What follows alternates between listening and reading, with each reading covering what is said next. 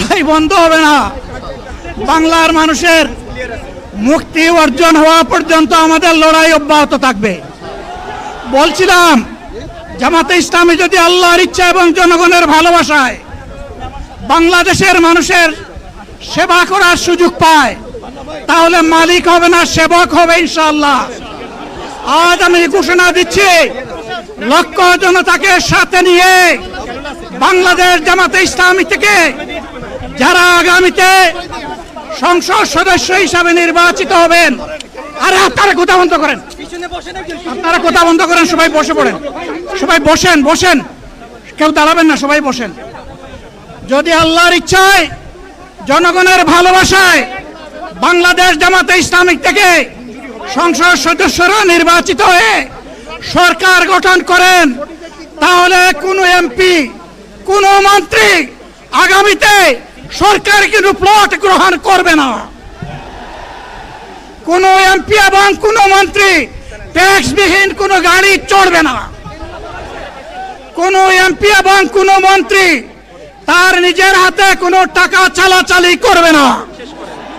কোন এমপি এবং কোন মন্ত্রী যদি তার নির্দিষ্ট কোনো কাজের জন্য বরাদ্দ পেয়ে থাকেন, কাজ শেষ হওয়ার সাথে সাথে বাংলাদেশের 18 কোটি মানুষের কাছে তারা তার প্রতিবেদন তুলে ধরতে বাধ্য হবে। সম্মানিত বন্ধুগণ, চাঁদা আমরা নিব না, দুর্নীতি আমরা করব না, চাঁদা আমরা নিতে দেব না, দুর্নীতি আমরা সহ্য করব না। এই বাংলাদেশটাই আমরা দেখতে চাই। যুবকদেরকে আমরা স্পষ্ট ভাষায় বলতে চাই, বন্ধুগণ, তোমাদের সাথে আমরা আছি। আমি আজকে জামাতের আমির হিসাবে এখানে কথা বলতে আসিনি। আমি এসেছি বাংলাদেশের 18 কোটি মানুষের একজন হয়ে কথা বলতে। আমি শিশুদের বন্ধু, আমি যুবকদের ভাই, আমি বয়স্কদের সহযোদ্ধা, আমার বোনদের আমি ভাই। সুতরাং তাদের মুক্তির জন্যই আমি দায়িত্ব নিয়ে আজকে এখানে দাঁড়িয়েছিলাম।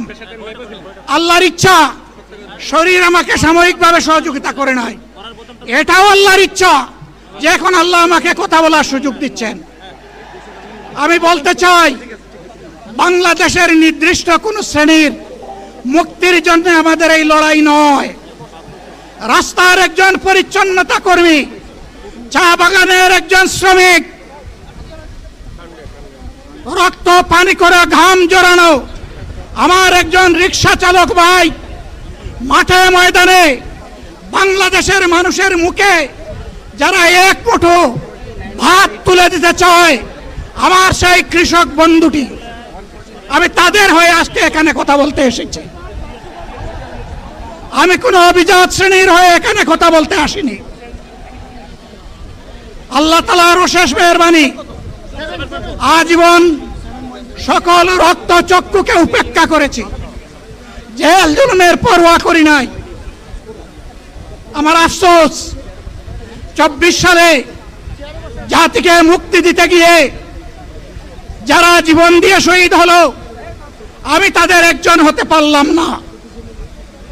আপনাদের কাছে দোয়া চাই, ইনসাফের